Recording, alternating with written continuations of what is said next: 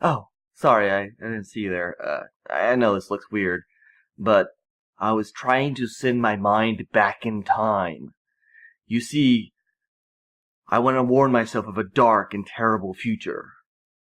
I had bought a cheap 3M strip to hang my JSA print, and it fell and cracked the frame! Such a terrible future. Dark future. Terribly dark. Darkly terrible. Oh, and today we're going to talk about X-Men Days of Future Past.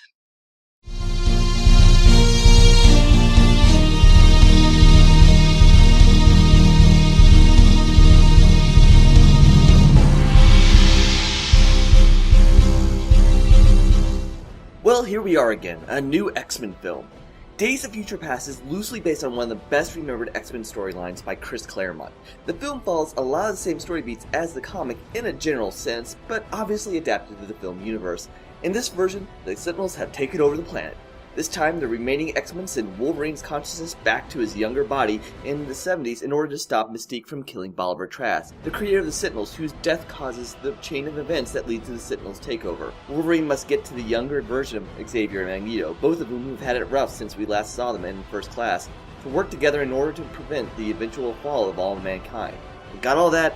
Well, don't worry, the story mostly makes sense when watching it. To be honest, I had a lot of fears going into this movie. It looked like it might possibly have too many characters with both past and future X-Men running around.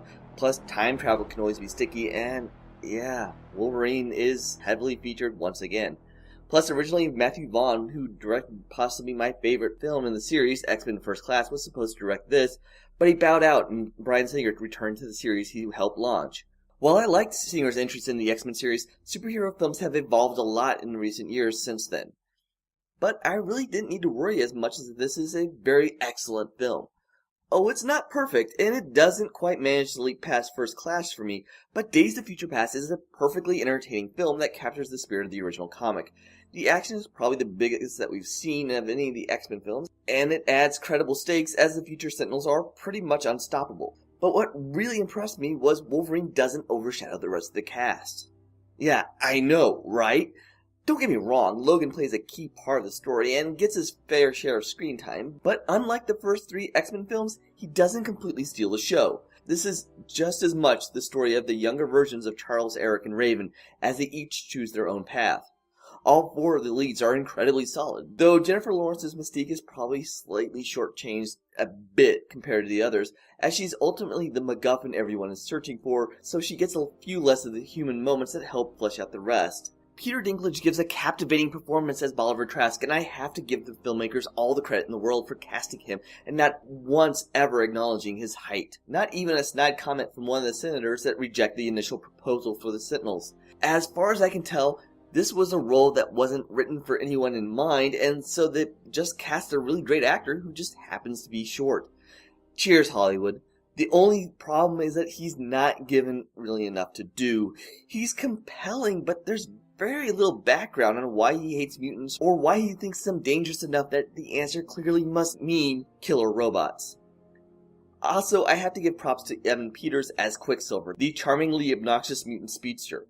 He's really only in a couple scenes, but he does steal the show in both of them. While I suspect he was included largely by Fox to thumb their noses at Marvel Studios' version of Quicksilver, who we'll see in Avengers 2, but his one big action scene reminded me a lot of the opening of X2 with Nightcrawler.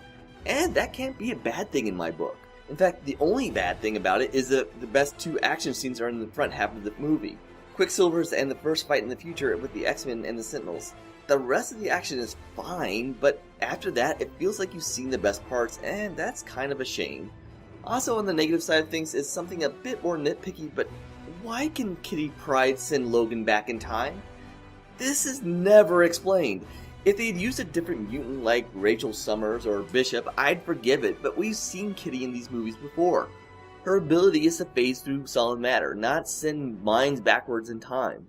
Now, that can partially be explained as an homage to the original comics. Since there was no way Kitty to be alive in the 70s, they instead have her be the way Wolverine can take her place in the narrative. But the more cynical side of me speculates that the studio likely had Ellen Page contracted for another movie after playing Kitty in X-Men 3, and rather than cast a new character for an important, if thankless part, just reuse someone else we've seen before who still brings in some name recognition. And there are more nits to be picked, but really at the end of the day, I really enjoyed this film. It's probably my third favorite in the series after First Class and X2, and ultimately a great return from Singer to the franchise. It left me wanting more Blink, more Bishop, more Trask, more of the First Class cast, heck, even more Wolverine. It's a good film and worth your time. Well, Days of Future Past is now, well, in my past. But let me know what you think of it in my future, your present, with a comment below. And when the present future is in the past again, I'll see you guys next time for Guardians of the Galaxy. Yeah, I think that works.